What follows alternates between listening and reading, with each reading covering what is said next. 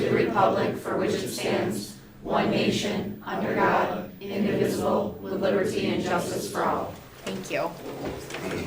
Could you please make sure that your phones are either turned off or on silent? We don't have anybody speaking at public forum today, but we're gonna kind of skip ahead to Mr. Gaffney, I believe.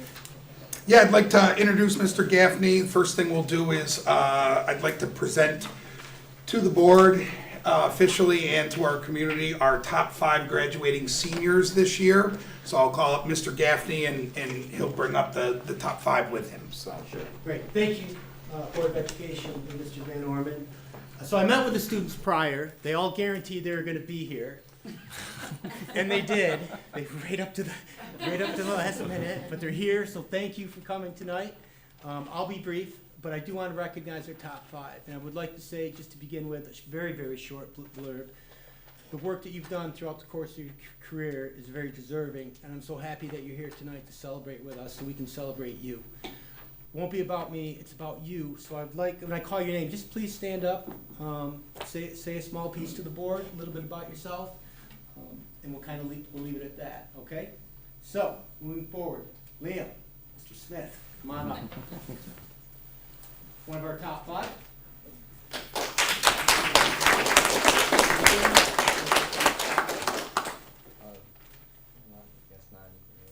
We congratulate Liam.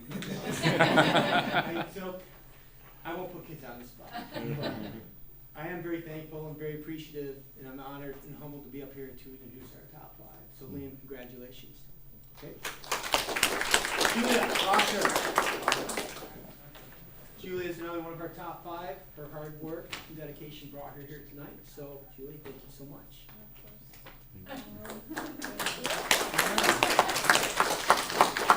Kaylin Davo. Kaylin is another one of our top 5. We celebrate her success tonight, so thank you so much for being here, and thank you so much for your hard work and dedication in your high school career here. So, Kaylin, thank you so much. Tessa. It's 6:33. Thank you. Awesome. Tessa is another one of our top 5, and we appreciate her work ethic too, and her dedication to school and education. So, thank you so much. Adam, we weren't sure. When I spoke to Adam, he's like, I'm not sure. I got to check my job schedule. I'll get back to you. He got back to me tonight when he walked in. You can thank Liam and Tessa for reminding me. Yeah. So that's teamwork and collaboration. That's what it's all about. So Adam, thank you so much. Anything you might want to add, or? My favorite subject was history, I think. Okay. And excited to go to college. Awesome. Yeah, I was an art good teacher. stuff. We'll take history. I like art. Great. So thank you so much.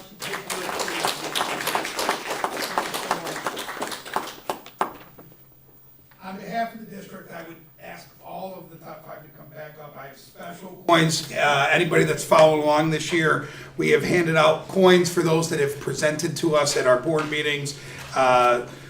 For the top 5, we have extra special coins for you. So on one side, it has the Red Creek logo, and on the other side, the logo of Aim Higher with our crest on there. So if each of the top 5 would come up, I would be honored to give each of you one of these challenge coins. Any of you can go first. Congratulations. We're going to practice. This is what you're going to do. Congratulations. We'll get a group picture of you on the side. Congratulations. Congratulations. Congratulations. Mr. Carter's on it. Oh, Somebody, there we go. their moment. I should cover up the garbage. There you go. Great stuff, guys. Thank you. Thank you, guys.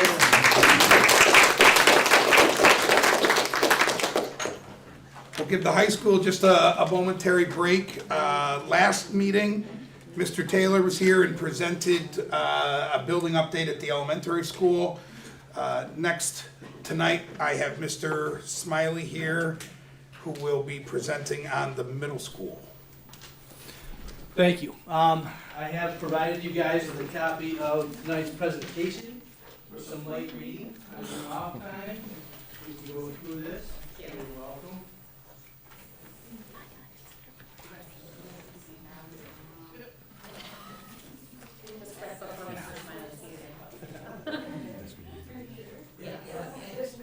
Thank you guys for coming. Caitlin, no problem. Thank you.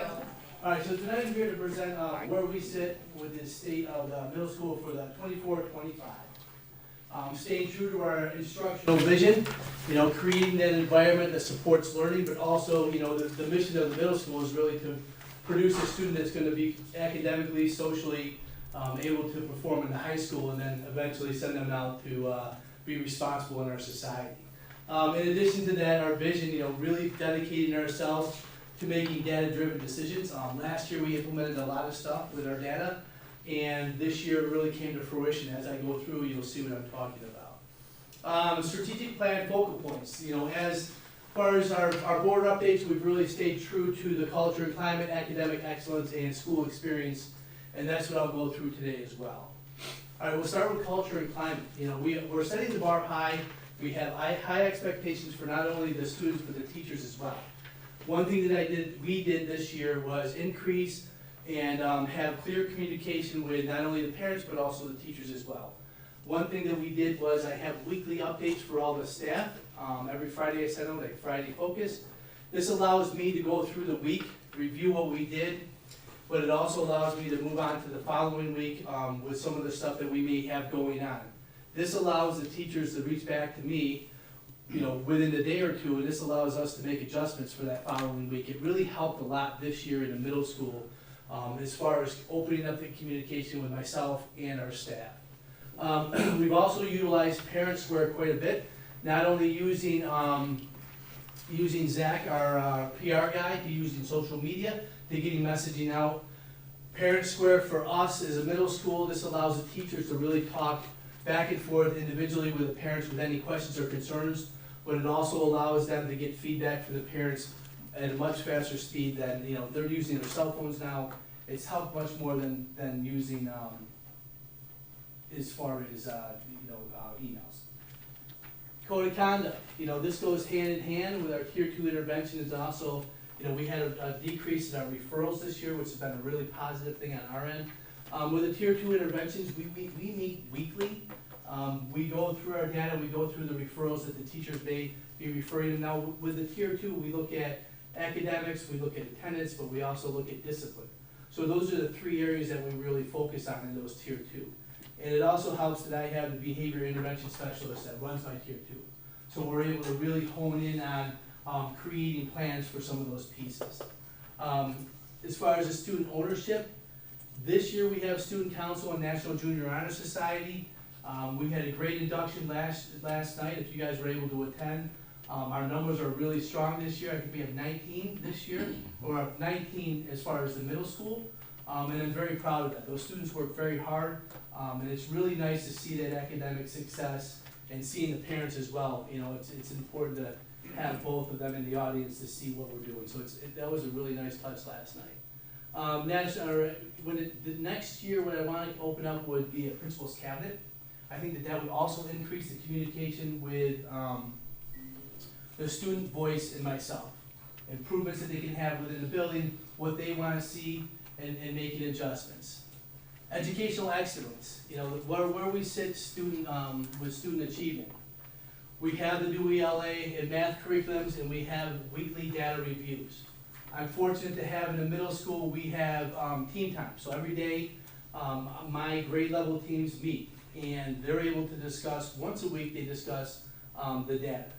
And with that new curriculum, it's important that they see where they're at, whether it's their pacing, or whether it's they need to make some adjustments.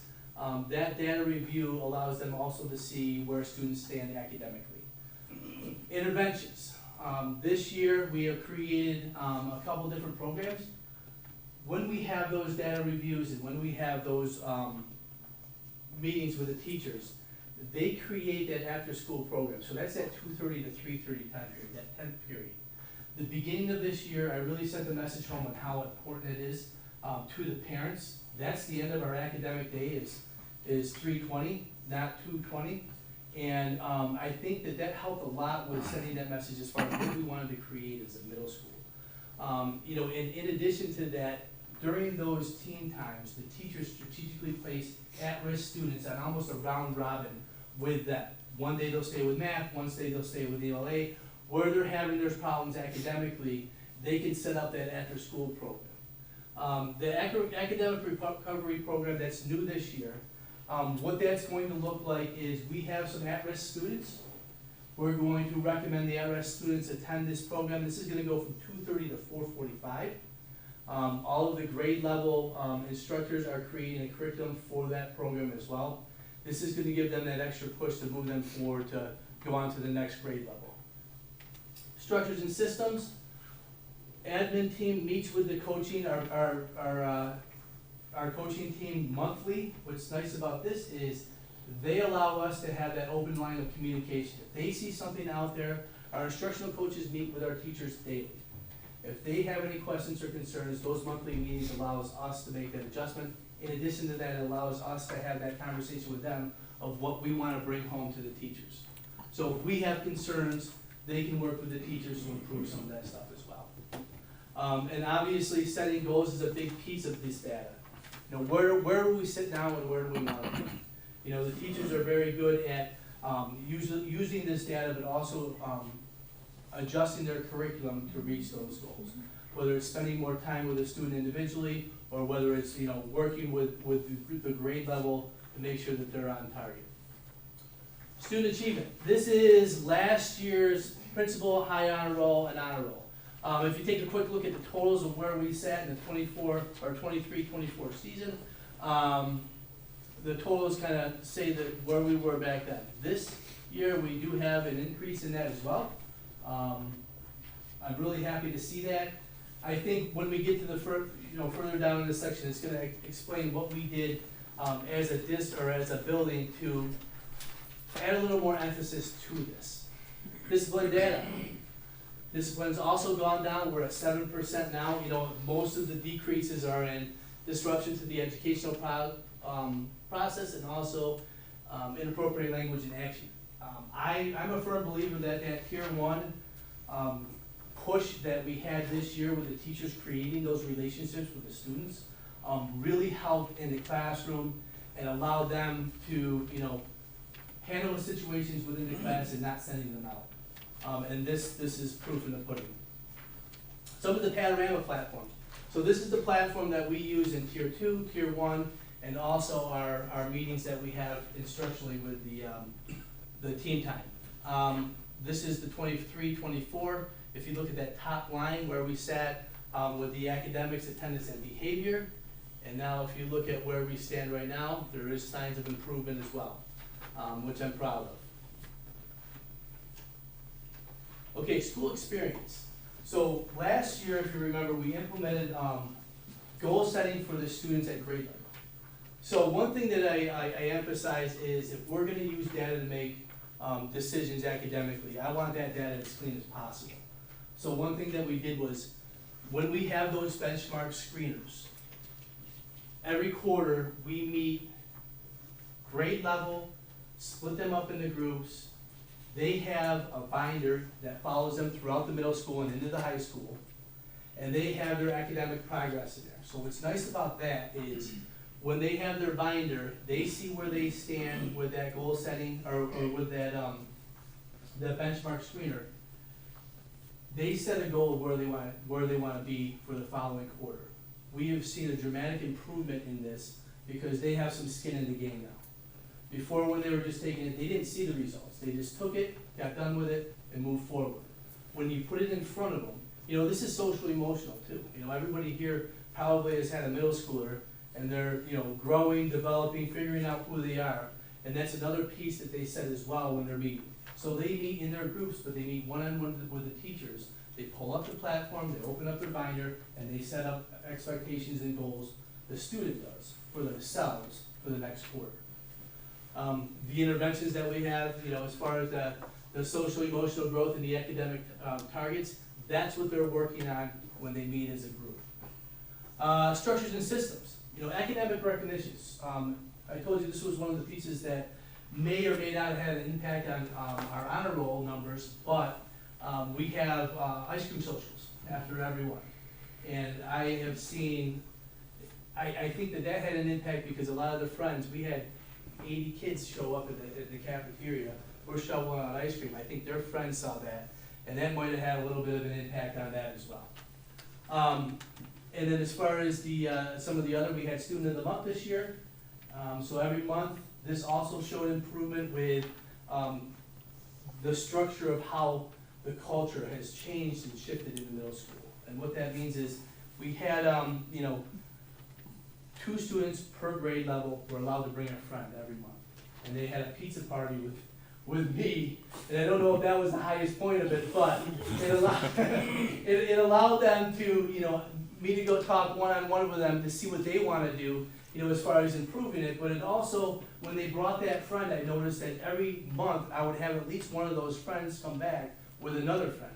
So it just created the culture that, we're really trying to strive for with that academic piece. Structures and systems, and also the student empowerment, giving them a voice. Listening to the students, seeing what they want to, listening to them, and, a couple of things, fishing club would be a good example. I had a couple kids come to me this year. It's been in my mind for about 3 years as far as developing this, but they came to me with a plan. And we were able to get that fishing club started this year. So I'm extremely proud of that, but that student empowerment and that principal's cabinet next year, I think it's gonna really improve student focus next year as far as what they want. These are just some of the experiences. A couple of them are Mr. Wannick's class as far as if you look in the middle, you guys all saw those being displayed out in the foyer. They seem to improve every year. I mean, I know last year when I showed up, there was a few that were decent. This year, I think the whole entire foyer was covered with just top-notch volcanoes. On the left-hand side, some students dissecting the pumpkin. They do height, weight, and count the seeds inside there as well. Moving forward, I think that we put a lot of structures in place last year. We saw a lot of the results this year. We're going to continue working forward to streamlining some of the systems that we have in place. We're going to continue to use data to make decision-making, whether it's the academic piece or the social emotional piece. And I'm looking forward to all of the implementations this year for next year. Any questions?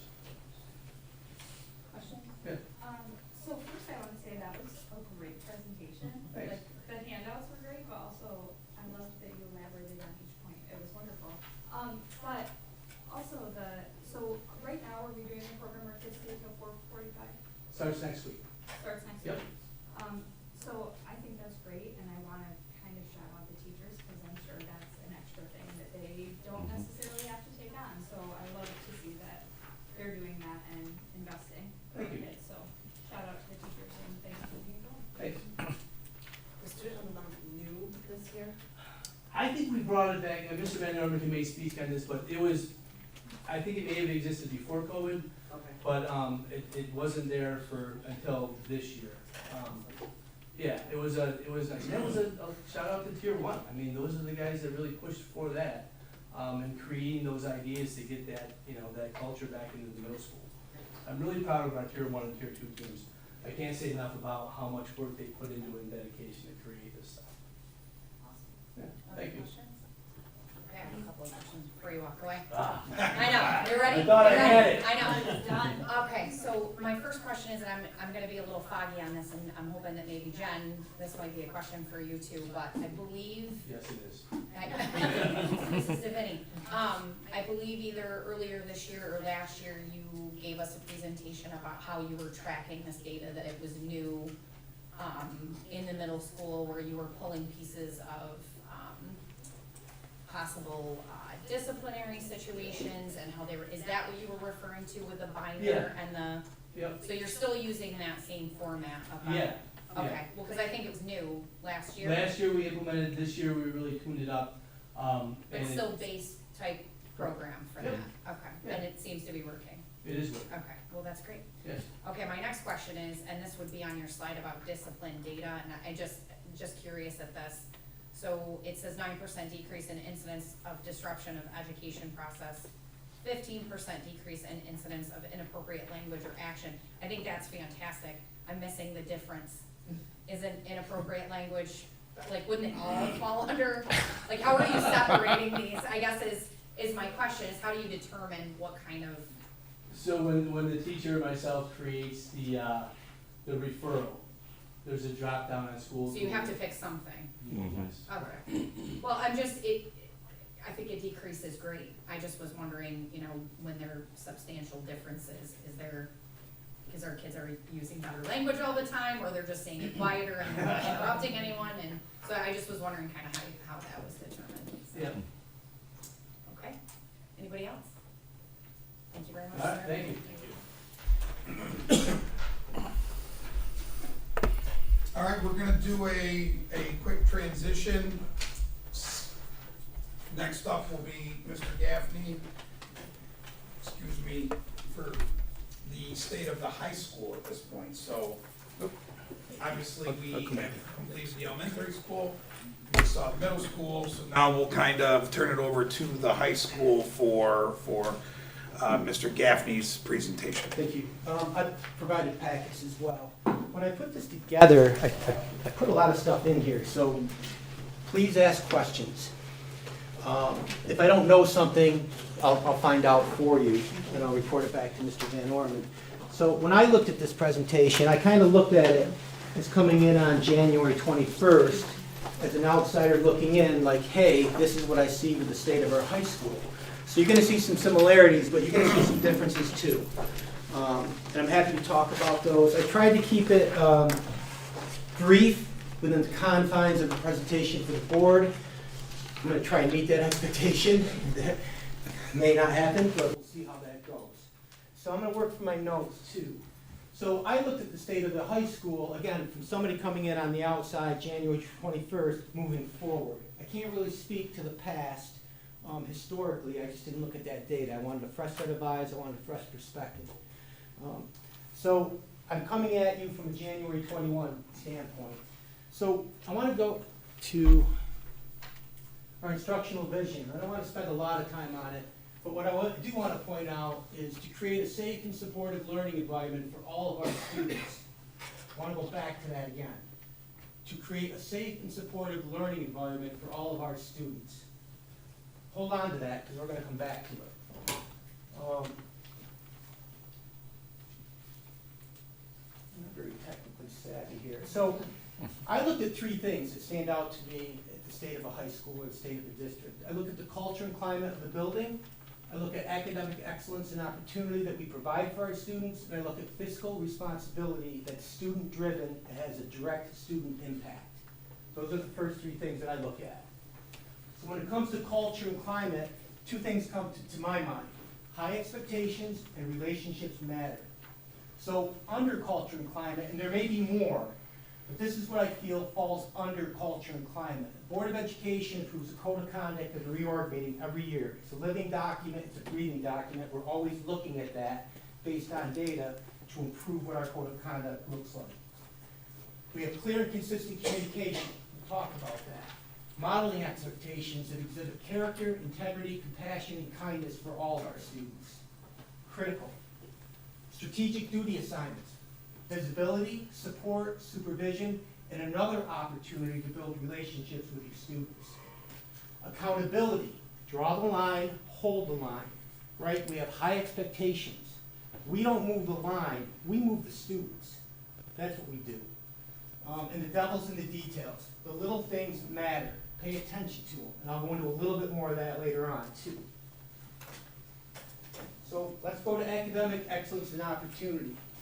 The awesome thing about Red Creek is we provide a lot of opportunities for students with a school district our size. Hold on to them if you can and build off them. We have advanced placement courses. We have dual credit courses. We have driver education coming in next year, which is new. New Visions, which is a very competitive program. 2 of our kids got accepted into it. That's great. Build off that. We have distance learning. We have a career center, which we'll reimagine. We have academic recovery. That's going to be new. Please ask me about that. We're implementing algebra in the LA lab for freshmen. New. Please ask me about that. We have our Apex online learning, we have a learning center, we have BOCES programs, we have test prep and review. We provide a lot of resources for our kids here. That's awesome, in my mind, my perspective. Fiscal responsibility. In my mind, it needs to be directly focused on our students and all of them with equity. And we talk about a student as the whole child, not just the academic child. So we have things like academic recovery, that'll be new. Ask me about it. Regents and AP review, career center, exam fees, boot camp, that's new. In-house summer school, science Olympiad, Envirothon, Mona Scholastics, Allstate, Feats of Play, Techs of War. Anytime we can provide these opportunities for our kids to get out and showcase their skills, I'm in. Perfect. Hold on to it. Culture and climate, moving forward considerations. We need to continue to align what is stated in our code of conduct with our everyday practices at school. They need to be intentional, they need to be consistent, and they need to be high expectations moving forward. We need to look at what our defined roles are for visitors to school, our student responsibilities, our parents. We need to keep, this is a living document, remember, so it's always changing. We're always assessing, we're always moving forward. So we need to look at these continuously. They're never a one and done. We assess, monitor, move ahead. We can do all of this. We can accomplish all of this in opening day professional development. We can do it during faculty meetings, where faculty meetings are not just dissemination of information, but we actually use them as professional development. So another opportunity to keep looking at this readable, living document. Ongoing ongoing high expectations, follow through and support by administration. That's my job, to support our students, to support our families, to support our parents. Okay, and I would encourage to say that's all of the administrator's job, that's the teacher's job, that's your job, that's our job, that's what we do. So, moving forward, academic excellence and opportunity. We reimagine, we refocus, it's intentional moving forward. Here are some considerations. Next year, we're putting in algebra and ELA labs, and additional support for our students as 8th graders coming up as freshmen. They're not on the JV team anymore. They're coming up to the varsity. Their clock starts ticking. It's credit-based. So anytime we can give our freshmen more support, data-driven, on algebra and ELA labs, we're in. Academic recovery. That's an after-school program that will start next year. It aligns with a late bus run. It's not a punishment, it's not a penalty, it's not a consequence. We encourage our kids to come. We embrace that our kids are coming. We want our kids to come. It's not about just academics. It's about giving our kids 2 more hours a day. We know where they are, we know who they're with, and we know what they're getting. So anytime I can get our kids to be here on school, the hub of our community, I want them here. Because I know where they are, and I know what they're doing. Career Center, we have that. That's a piece where we intentionally put kids into small study environments so we can focus on them and what they need. We're going to take a look at that and reimagine that. Learning Center, that's the Learning Center. Career Center is with Mr. DeRocher. Again, outstanding. How many schools have that? Keep it. I think we just need to reimagine and hit all the caveats of career exploration. And that's an easy one. That's just communication and collaboration to me. We have our Apex Online Learning, another digital platform for kids to access education that maybe they can't fit into their schedule, or maybe they struggled a little bit in the course, so now we can supplement it with Apex. Apex won't be the end-all, be-all. It's not designed just to give it kids, but it's designed to assist kids or supplement learning for kids. So we'll take a look at that too. Fiscal responsibility, student-driven impact. General fund versus grants. Overall goal is to continue to provide multiple learning opportunities to develop the whole child and every child with equity and purpose. It's got to be purposeful, it's got to have a direct impact. These are the things that we're fiscally responsible that we're putting in. Academic recovery, grant funded. Career Center, grant funded. Exam fees, they come from the general fund, we're talking about AP exams. I'm okay with that. Anytime we can raise the bar, let's do it. In-house summer school, grant funded, new, ask me about it. Boot camp, 2 weeks timeline, no cost. Test prep and review sessions, grant funded. So when we talk about fiscal responsibility, I try and stay away from the general fund and access grant money that I know can provide direct student impact. Okay, areas of focus moving forward. We continue to look at our culture and climate and our academic excellence and opportunity. My opinion, you can't, both need to coexist. You can't have one without the other. They both have to coexist. Clear and consistent communication and modeling. We need to practice what we preach. We need to model that for our kids, every time. High expectations. I said this before, we hold the line, we draw the line, we don't move the line, we move kids to the line. That's a refocus. Accountability. The little things become the big things, and the big things become insurmountable things. So what I would say is, we pay attention to the devil in the details, we do the work up front, and the work in the back end becomes less. And I would be remiss without saying, as an educator, we love and care for our students like they were our own. Students know the difference. They're not dumb, they know the difference. They know if it's personal, they know if it's business. And we exhibit kindness, compassion, and understanding even on those days when we don't have quite enough in the gas tank. That's not relevant. We always show kindness, compassion, and understanding. Humor can go a long way. We keep things in perspective. We keep things in objective. Being fair is not always being equal. We need to look at each case individually on what we're talking about. So equal is not always fair. We need to listen, and we need to know our audience. Seek to understand before being understood. Stephen Covey, if anybody knows that. And lastly, to me, my philosophy has always been, if you can dream it, you can do it. Walt Disney, and I don't know who made this up. I think it was me, but it couldn't have been. Somebody maybe said this better. But I always thought, we're only limited by our own imagination. So we take the brakes off and we go. All right, questions? Wait.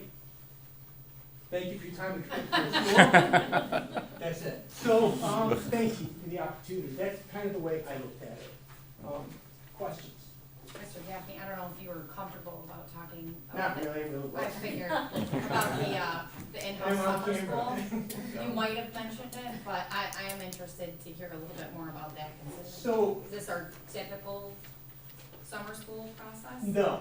We're Okay. going to look at each case differently. Okay. So the goal here is, anytime we can, my thinking is, anytime we can keep our kids in-house and not farm them out somewhere, which sometimes we have to, but anytime we can keep them in-house, we now have control. We know who the kids are, the kids know who the teachers are, we can set up the parameters, following the regs to get our kids not just through, but more opportunity to bring kids into our school, into our building with our people.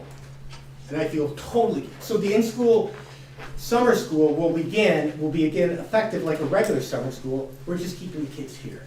And how is that determined when we're working with other school districts for summer It school? won't program? matter. They don't Okay. care. We can keep who we want. No, literally. I mean, Okay. we can send kids out. We'd still have the opportunity if we needed to send a student Yes, somewhere and else. we Okay. will, and here's why. Because with in-school summer school, we may not have the staffing to support it. Some kids may need to take a Regents exam. We can't do that here. We have to farm them out to Williamson because we won't have the staff to do it. Some kids may be a lab requirement that we can't do, and so we may have to farm them out to schools. But on the all in all, if I can keep them here, that's better for us. No, I think that's great. My question was simply that if we weren't in a position to have the staff, would we still have an opportunity to access those other schools that we Yes. work with? Yeah, Okay. we can do that. Thank you. Yep. Other questions? I do. You, actually, you encouraged it. You said to ask them about it. I did. So was that the academic recovery? I believe that's the No, one. that was, the academic recovery is something different. That's gonna start in September, and the basis for that is, we did this before, and it was hugely successful. And I'm hoping we can mirror that. So the academic recovery is for everybody. It's a safe spot after school for the athletes, for the club people, for the kids that have nowhere to go. It is not, I wanna be very clear, it's not a punishment, it's not vindictive, it's not pointing fingers. We really want you to be here. We would love for you to be here. And it's kind of, if you think about a college library atmosphere, that's kind of where I'm going. Rules are simple. Leave it better than you found it. You're welcome to come in groups and study in groups. I don't care if you listen to music. I don't care if you're chatting, but the focus is going to be on work. I want to empower our kids to have an understanding of, take control of your learning. And here's an opportunity to do that. And I think the marketing tool, which I thought was successful, is it's not a punishment. We'd love to have you here. Come on in. And I think the mind shift is how you present it. So that's kind of the academic recovery program. It's not just about academics. It's about relationships. It's about keeping our kids here in school, which is the hub of our community. Thank you. Will you have, or are there other opportunities other than the credit recovery? Because Apex is an online learning, it's for credit recovery though? Or It doesn't have to be. It's part of that. So- Apex fees for part of that, but it could be more than that too. So could it be for, you know, instead of taking a certain class, you could do that online here? You can. But again, I think each case is an individual case. I would look at that student. Are they capable of doing that? Can they take the self-initiative to do that? It's always about looking at that student and putting them in the best scenario for the best support. So the answer is yes, maybe. Or the answer could be no, they're not quite ready for that. Human interaction, human relationship is better. I could follow that. And then with the dual credit courses, are we going to be paying for the college courses via BOCES next year? I don't know the answer to that. I think, If you stopped before via BOCES. Yeah. Yes, So you're not gonna run it through, you're just gonna pay for it via the grant? to be determined, but we are going to be paying for them. Okay, Just stop there. thank you. Question. yes. Can you talk more about the Career Center and what you mean by reimagining? So right now we have a career center, which again I think is awesome, and I love Mr. Droscher's passion with it. But I think you need somebody to bounce ideas off of. And with the career center, I want to make sure that we're hitting multiple careers at multiple times. So that's what I think Rick needs somebody to kind of bounce ideas off and kind of structure what this could look like, because I think it could explode. And for example, we had that career night that was really put together quickly, and I thought done very well. Can you imagine if we sit down over the summer and kind of bank this out? And well attended. Yeah. So I don't question Mr. Droscher's passion, his commitment at all. I think it's awesome, and I think the Career Center is awesome. I think we could dive a little bit deeper and just grow from it. So I want to say, I was going to mention the Career Center, mostly just for feedback. I've heard so many people in the community that appreciated that career night and the Career Center as a whole with the different ideas and different perspectives. I appreciate Mr. Droscher because I know he pours his heart into that. He did. I think Mr. Carter has helped with it too, so huge props to that because you could already see the effect that it's having on the community, so thank you. Academic recovery, do we have adults that are there that are helping, or is it just more of like a comfortable place for the kids to go? They'll have supervision, and Okay. there'll be expectations. So basically what would happen is the first week of school, I would meet with all the academic recovery supervisors and put the expectations into place, so everybody's on the same message. But I mean, like, if I'm struggling with English, and I wanted to, would there be a night that I could go in and have help from an English teacher, or is it just supervised in general? It's not just supervision, but it'll be challenging. I can't make particular staff members come into academic recovery. So the bigger thing for me, if I could, the answer is yes, because the schedule will be done for the year and housed with the person. So that's going to be out there ahead of time. Everybody will know.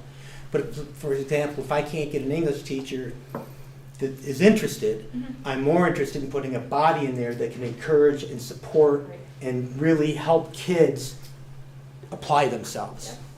You know, that's kind of the mindset there. If I can't get what I want, then at least I want a body in there that's going to be encouraging and supportive and fostering for these kids that probably need it. Thank you. I think your presentation was encouraging and supportive, so thank you for your presentation. Yeah, just like January 21st, I'm like, here it is. I wanted to say that I was really pleased that you focused on, in the culture and climate, that you focused on aligning what is stated in our code of conduct with our everyday practices. So I think that was really important to highlight. Thank you. Thank you. Also, just a comment about your holding the line. I really appreciated hearing that. I think since COVID, there's been a general across the country really about academics standards going down. And I think that message is really, really important for the community to hear, that as a district, we are holding the line for our kids. So thank you. That's good. Other questions? I have one. Oh, sorry. You did encourage questions, so. Yeah. Ask me about that. Can you describe the boot camp? Yeah, so sometimes we have kids that are coming to the end of their line, whether it's a senior or junior, and they're just short of meeting the mark. They owe a term paper, they didn't finish their Apex, they just needed extra time. So the boot camp really is for those kids, and so I had the teachers provide me a list saying, hey, who do you think maybe would be eligible for boot camp if they don't make it through by June 16th? June 17th to June 27th is Regents Week. That's your boot camp. Okay. So I would say, Mrs. Smith, you gave me 3 kids, so I'm going to empower the teacher to bring those 3 kids in. They're going to meet during Regents Week. The rest of the kids are done June 16th, but these other kids that might need a little bit more support and a little bit more time, they're coming to boot camp, for lack of a better word. So they'll come in during that time to get caught up on their work to an acceptable level that we hold high. And then when they complete that, their boot camp is over, they walk the stage on the 27th, they pass that class, they move from junior to senior, and we try to catch those kids at no cost by extending the school day, which we can. Okay, and these kids will know, like, how long ahead of time?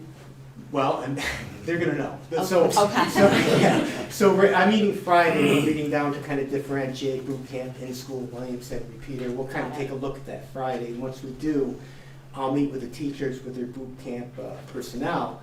We'll go over the expectations, and we'll contact parents and students. I don't think it's a bad name, but is anyone else getting I a know, visual is there of better, Mr. if you have a better name, let me Gaffney, know. like on the golf cart with children running behind him? So I think it's great. Right. Any other questions? Thank you so Thank much. you, Mr. Gaffney. Do you have anything else you want to add? Just our monthly update on our MVPs. We had 21 MVPs this month. Again, I'd like to just read a few of them. Arlene Middleton in our elementary school. Arlene is always hardworking. She does many things a day that go unrecognized by most, but is very much needed and helpful. She is concerned for fellow coworkers as well as the needs of our students. She has shown herself to be honest, loyal employee that is trustworthy and dedicated to her job. Second one is for Jeff Wright. Jeff is a bus driver and transports our juniors and seniors to our Williamson BOCES campus. He is dedicated to the students, getting the students to and from school safely, and takes our BOCES students to off-site job opportunities. Jeff has been doing this run for a long time. I believe he is a good employee and very well deserving for the recognition of his services. Lastly, this month, Kathy Armstrong, middle school counselor. Kathy has gone above and beyond this year while juggling many responsibilities, i.e. counseling, crisis management, student interviews, scheduling classes. Kathy has proven to be a strong support not just for our students and families, but for our coworkers. So, kind of shout out to those folks. Great. Mrs. Madigan, may I make a motion to accept C and D of the agenda? You may, thank you. Can I have a second, please? Thank you, Mrs. Decker. So it's gonna be C and D. Okay. Any questions on this group? Do a call vote for all that, when you're ready. Mrs. Kaiser, Yes. Mrs. Foltz, Yes. Mrs. Dingman, Yes. Mrs. Decker, Yes. Mr. Joyce, Yes. Mrs. Allen, and Mrs. Madigan. Yes, thank you. Moving on to the consent agenda, could I have a motion for the entire, if Mrs. Folds and Mrs. Kaiser? So this is gonna be all of E, please. Any questions on this group? Okay, when you're ready. Mrs. Decker, Yes. Mr. Joyce, Yes. Mrs. Dingman, Yes. Mrs. Kaiser, Yes. Mrs. Allen, Yes. Mrs. Foltz, Yes. and Mrs. Madigan. Yes, thank you. Okay, moving on to new business. If anybody would like to entertain me with a motion here. I'll do Mrs. F1 Kaiser? F1 through 6. Perfect. Can I get a second for that? Mrs. Dingman?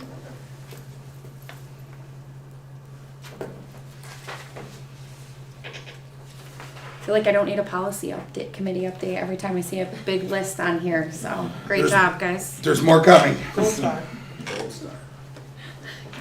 Any questions on this group? So that'll be the first reading for quite a few of them.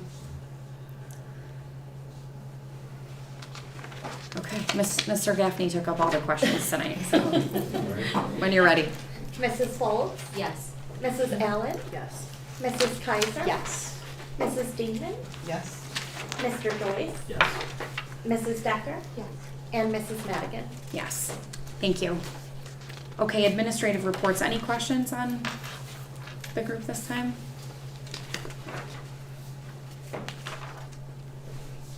Okay. Mr. Van Orman. Perfect. First document for us is our updated enrollment information.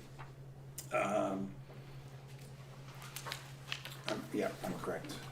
So we currently stand at 767, which is down 27 from the start of the school year, September, and 49 by my math from this time last year.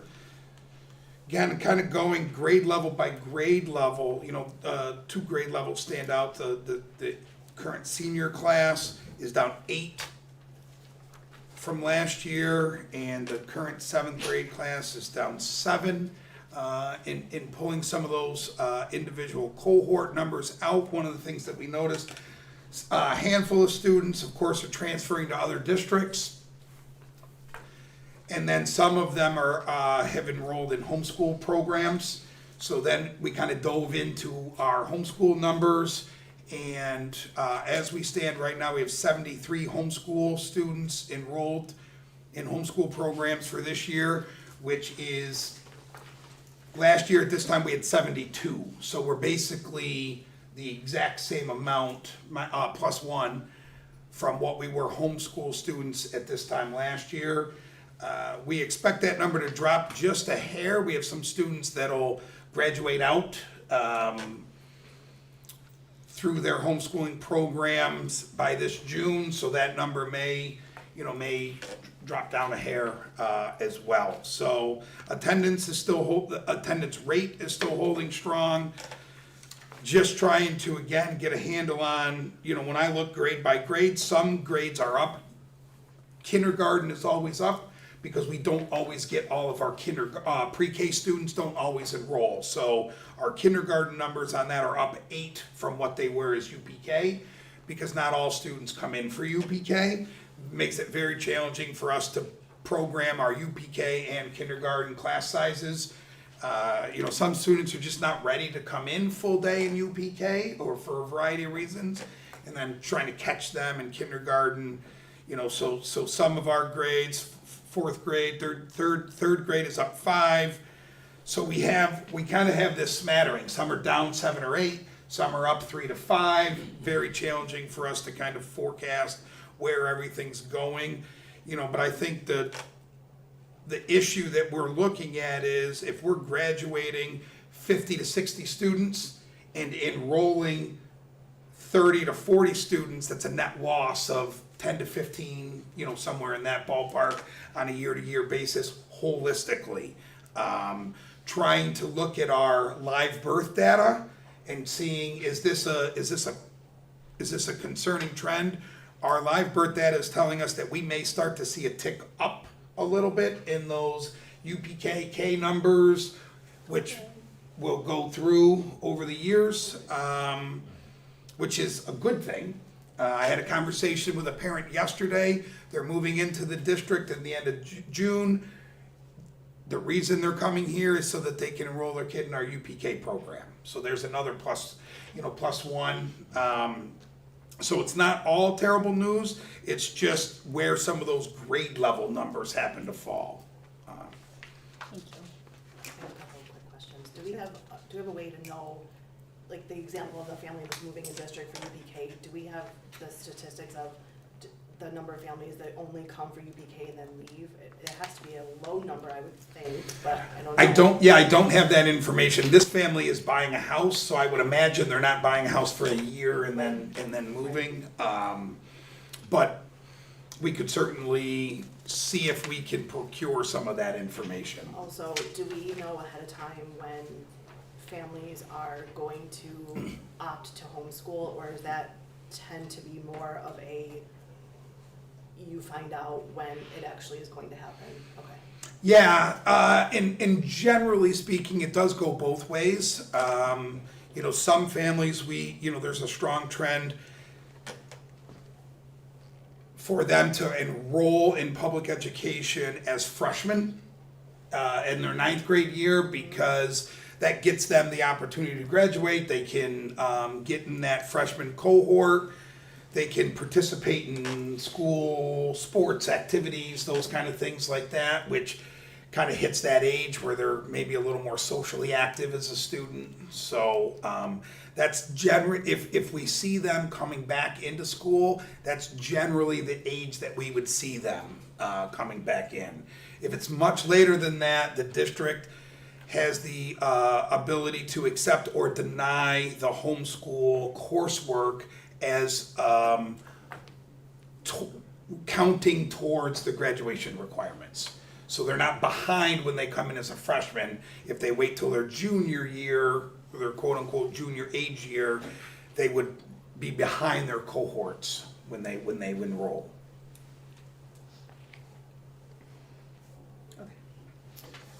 So that's the enrollment information. Wanted to just provide an update. This does not need board approval, but just notice, obviously yesterday was our 25-26 budget vote and board member election. Shout out to our community for the overwhelming turnout. Last year, kind of my first year through a full budget process, we had 437 voters. This year, 548. So an increase of about 110 voters. Great support from our community. Anytime we can get them in our school to come in and vote and be active in what we're doing on the financial and academic stage, outstanding. We had a voter approval rating this year on our budget of 81%.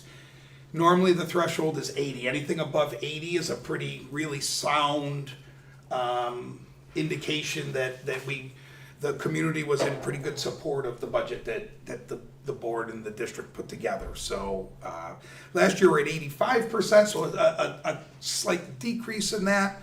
Of course, our bus proposition passed as well at the rate of 85%, so kind of seeing that same number there.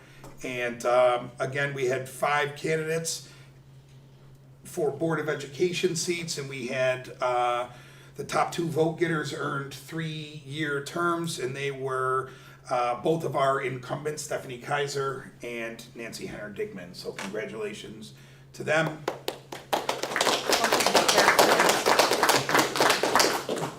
Those seats will take place on July 1st. So thank you to the community for their continued support and outpouring of coming in yesterday and voting with us. So it was a long night counting the ballots, but well worth it for everybody. So.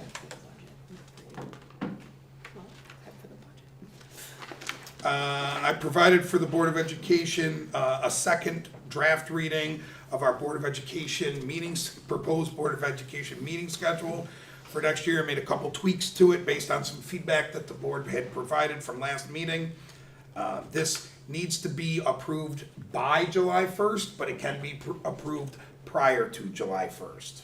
Can I jump in here just for a second? So, with the current board here now, we could approve this if we wanted to make a motion, if everybody has had an opportunity to look at the dates. I know that there was a question about, two, meeting dates in July, and that was, put into place simply if we need it for a hiring situation, for the start of the school year. Doesn't mean that we have to, but we wanna get it on the calendar just in case we needed that additional date. But, I didn't hear any other feedback, so I don't know if everybody's had an opportunity to look at it or just happy with it. So if you haven't yet, we can wait and put this on in June, but I I have just, not looked at it yet. alright, so we're just gonna keep moving, cause that's 1 of 7. Do we wanna maybe think about a second meeting in August, same purpose, like hiring, or do, like? would we So wait the, till I September? purposely put the August one at the end of August as kind of a catch-all. And of course, normally at the reorg meeting, the board will authorize me to provisionally hire somebody pending board approval. Okay. So knowing that we have September 17th as the next one after that, should there need to be a last minute hire, I can provide provisional approval for that, and they could start on time pending, and then it would become official when the board took action on the 17th. Okay.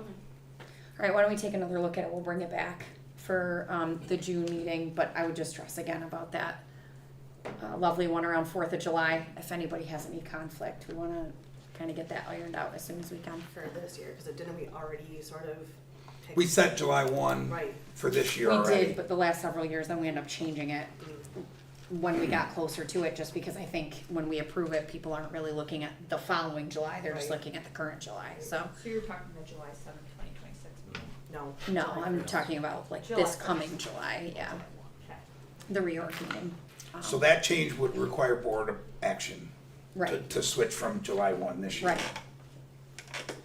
But there's been an issue getting enough people here, so just to double check that, even though we did already approve it on last year's calendar. Well, I think that at the reorg meeting, we would want everyone here, right, not just who can make it. Well, that's what I'm saying, Yeah. so I think that's why I got moved before, was Yep. trying to capture everybody, I just know that's a kind of a busy time of year for everybody, so.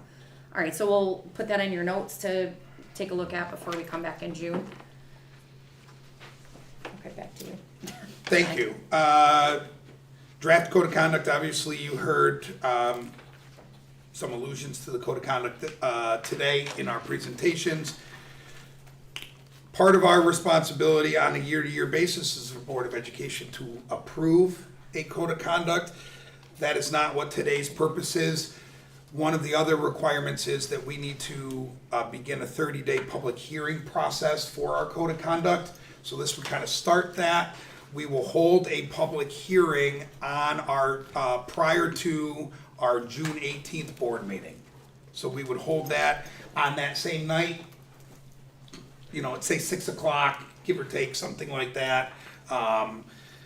This year, just as a precursor to that, this year we have endeavored to do a full breakdown of our code of conduct.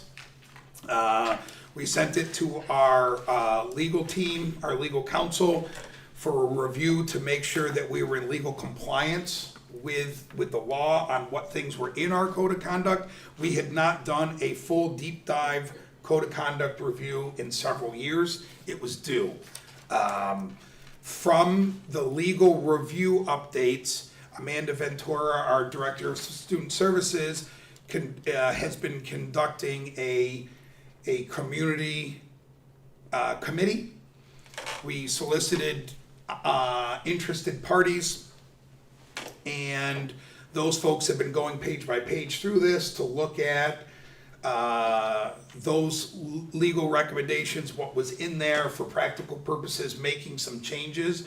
Again, this is one of those documents, it gets reviewed every year, but it's also a good opportunity on a year-to-year basis for us to make some modifications and adjustments to the things that need to go in there. So it's never a final document, it needed to be updated from where it was. It is, what you're seeing is some of that work. We're gonna, again, hold that public hearing, give an opportunity for people to look through this. The document that you're seeing in front of you does not have the red lines. I will make sure that we get the red line document out because it's such a long document. There's two actually. Yeah, so I see one version. the red line version, I think, is critical for folks to look at it and go, what is coming out, what is being changed, what is being recommended for changes, instead of just throwing a 40-page document in front of everybody and saying, review this, and that way you'll have an opportunity. We're gonna use the same editing process that we do for all of our policies, which will have red strikeout language, blue add language, green change language, so everybody can see what some of those updates are. I think it's a drastic improvement from what we've had. We've received a lot of feedback this year at a variety of times, including in our code of conduct, is our athletic regulations and code of conduct as well. So that received the same level of scrutiny and editing. So we're in alignment between our athletic code of conduct and our school code of conduct. Over time, as we tweak things, if we don't have the lawyers take a look at those things, we get out of alignment on some of those pieces. So the legal review this year really brought us back in alignment. And then again, this committee approach, we had not done something like that where we brought the community in and had our faculty, our administrators, and our community members, parents, really taking a deep dive on what's in there.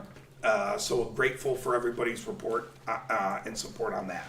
So you'll see more to it. It's not a voting thing today, just kind of opens that next steps for everything.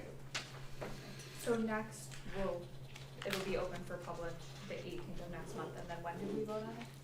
So the plan would be to have a public hearing on June 18th, again with the draft available, and then the board would on July 1st approve, as early as July 1st, would approve the code of conduct for the 25-26 school year.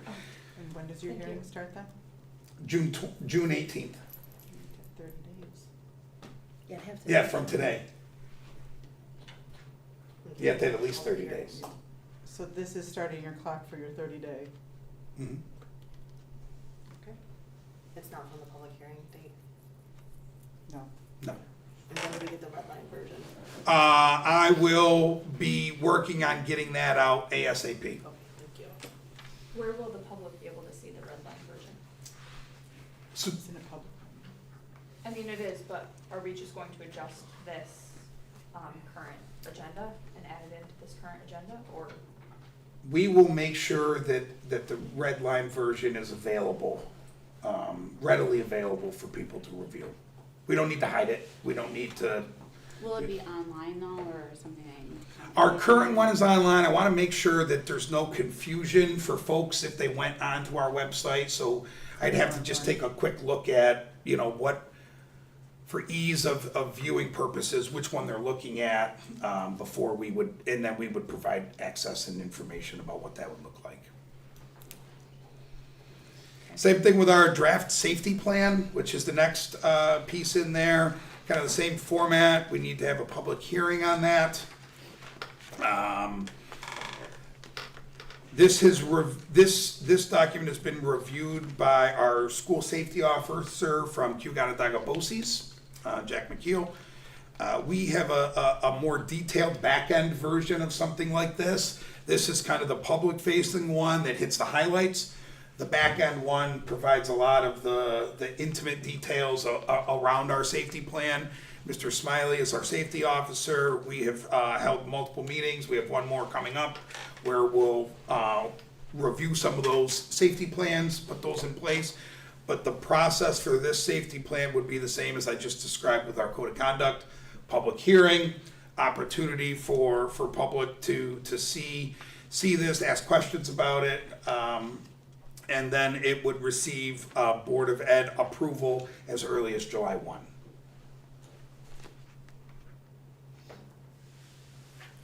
Okay, thank you. Does anyone have any committee updates? The policy committee has been working diligently to get policies updated. I feel like we should print that somewhere. Anybody else? Okay. So the start item on there that was added is because we have an opportunity to recognize a few board members here. So anybody that is unaware, NYSBA recognizes board members on a 4-step program by point accumulation. If you engage in training or if you attend events, and you can see it all online, but it's not like 100, 200, 300 like that. It's a little uneven, but as you accumulate points, NYSBA keeps track of it and then wants to recognize you for your service. It doesn't come with a check, in case anybody's wondering. But so I'd just like to recognize 3 of the board members tonight that have reached the 75 point, I guess, Level? level. Yeah, thank you, because I couldn't come up with a word. So the first one is Mrs. Decker.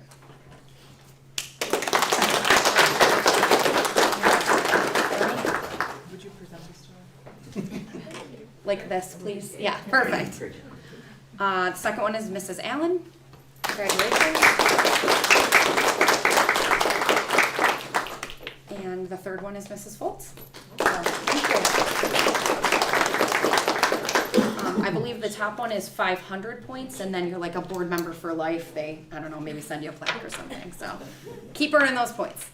Okay. Does anyone have anything else before we move into executive? Okay, great. I would take a motion to move in for a particular personnel matter.